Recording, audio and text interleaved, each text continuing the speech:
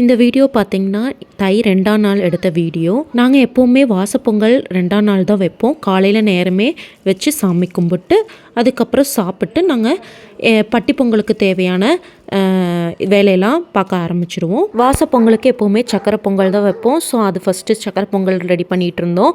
கோலம்லாம் முந்தின நாளே போட்டு வாசலை அழகுபடுத்தியாச்சு. தென் மாமாவும் ஹஸ்பண்ட்லாம் வந்து மாட்டை குளிப்பாட்டுற அந்த வேலையெல்லாம் பார்த்துட்டு இருந்தாங்க. பட்டி பொங்கலுக்கு ரெடி பண்ணுறதுட்டு இருந்தாங்க. நாங்கள் இங்கே வாச பொங்கலுக்கு ரெடி பண்ணி படையெல்லாம் போட்டு ரெடியாக வச்சுருந்தோம். அப்புறம் எல்லோரும் வந்ததுக்கப்புறம் சாமி கும்பிட்டு ஃபோட்டோ ஷூட்ஸ்லாம் குட்டீஸ்லாம் இருந்தாங்க. எல்லாம் எடுத்துகிட்டு சாமியும் திருப்தியாக காலையில் கும்பிட்டு முடிச்சாச்சு. சாத்விக் அத்தை வீட்டுக்கு போயிட்டு வரேன்னு போனார். போயிட்டு வரும்போது பார்த்தா திடீர்னு வேட்டி சட்டையோடு வந்துட்டார். பார்க்கவே செம்ம க்யூட்டாக இருந்துச்சு. அதுவும் அவர் பண்ணுற அலப்பறையெல்லாம் பார்க்கும்போது அவ்வளோ அழகாக இருந்தது. ஃபோட்டோலாம் எடுத்துகிட்டு தென் படையில் இருக்க சக்கரை பொங்கல்லாம் ஃபஸ்ட்டு குட்டீஸ்க்குலாம் தான் கொடுப்போம்.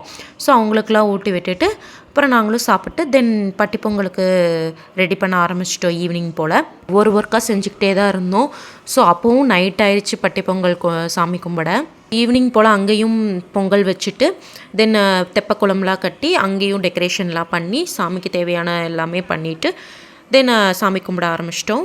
காலையில் தான் சக்கரை பொங்கல் வச்சங்காட்டி நைட்டு நார்மல் பொங்கல் வச்சு அதில் சக்கரை பழம்லாம் ஆட் பண்ணி சாமி கும்பிட்டாச்சு படையல் போட்டு. எங்கள் வீட்டு மாட்டுப்பொங்கல் இப்படி தான் போச்சு. உங்களுக்கு இந்த வீடியோ பிடிச்சிருந்தா please subscribe to our channel.